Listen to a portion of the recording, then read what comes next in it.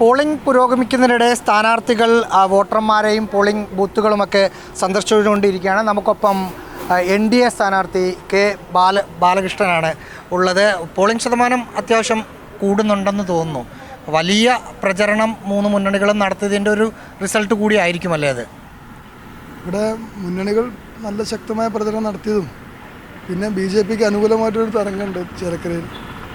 ഇപ്പോൾ BJPയുടേതായ വോട്ടുകൾ കൃത്യമായിട്ട് പോൾ ചെയ്യുന്നതിൻ്റെ ഭാഗമായിട്ടുണ്ടാവണമെന്നാണ് ഈ പോളിംഗ് ശതമാനം കൂടുന്നത്.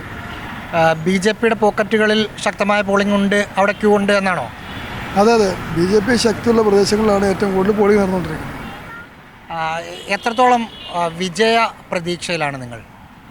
വിജയം ഞങ്ങളെ സംബന്ധിച്ചിടത്തോളം 100%. ഈ മത്സരം ഞങ്ങൾ വിജയിക്കാൻ വേണ്ടി ചെയ്യുന്ന മത്സരമാണ്. അതുകൊണ്ട് ഞങ്ങൾ ആത്മവിശ്വാസത്തോടുകൂടി പറയുന്നത് ഇത് 100% ഞങ്ങൾക്ക് വിജയമുണ്ടാവും.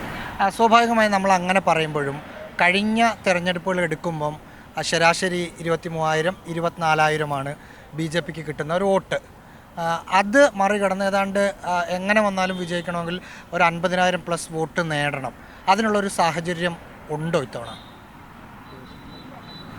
ഞങ്ങളെ സംബന്ധിച്ചിടത്തോളം ഈ തെരഞ്ഞെടുപ്പ് മുന്നിൽ കണ്ടുകൊണ്ട് തന്നെയാണ് ഈ ജൂൺ മാസം 4-ാം തീയതിക്ക് ശേഷം തൃശ്ശൂരിൽ MP ഉണ്ടായതിനു ശേഷം ഞങ്ങളതിനു വേണ്ടി കൃത്യമായിട്ട് സംഘടനാ സംവിധാനം താഴെത്തട്ട് വരെ വളരെ കൃത്യമായി പ്രവർത്തിക്കുകയും വോട്ടിംഗ് ശതമാനത്തിൽ കൂട്ടാൻ വേണ്ടി പുതിയ വോട്ടർമാരായ 6,500 വോട്ടർമാരെ പുതിയ ചേർക്കുകയും കഴിഞ്ഞ 2020 തദ്ദേശ സ്വയംഭരണ സ്ഥാപന തെരഞ്ഞെടുപ്പിൽ 36,000 വോട്ടുകൾ BJPക്ക് ഓൾറെഡി ഇവിടെ കിട്ടിയ മണ്ഡലമാണ്.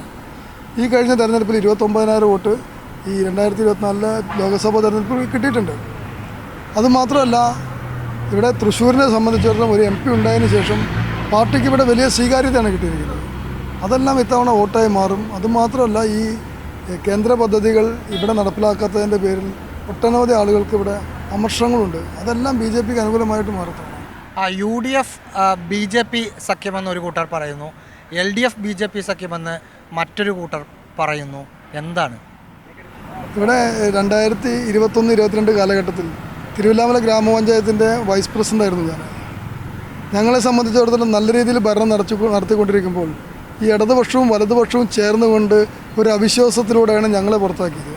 അങ്ങനെയുള്ള ഒരു മുന്നണിക്ക് എന്ത് കാരണത്താലാണ് ഞങ്ങളെ ഒന്നിച്ചു എന്ന് പറയാൻ പറ്റുക? ഇവിടെ LDFും UDF ആണ് ഇവിടെ അവിശുദ്ധ കൂട്ടുകെട്ട് നടത്തുന്നത്. സുരേഷ് ഗോപി ഇഫക്റ്റ് ഗുണമാകും? തീർച്ചയായിട്ടും. അത് തൃശ്ശൂരിൽ മാത്രമല്ല, കേരളത്തിലുടനീളം അത് എഫക്റ്റ് ഉണ്ട്. അത് ചേലക്കരയിൽ ഏറ്റവും കൂടുതൽ പ്രകടമായിട്ടുണ്ട്. വലിയ വിജയപ്രതീക്ഷയിലാണ് UDFൻ്റെയും LDFൻ്റെയും സ്ഥാനാർത്ഥികൾ എന്നതുപോലെ തന്നെ NDAയുടെയും സ്ഥാനാർത്ഥി. പോളിംഗ് ശതമാനം കൂടുന്നത് ഗുണകരമാകും എന്നതാണ് അവരുടെ ഒരു വിലയിരുത്തലും.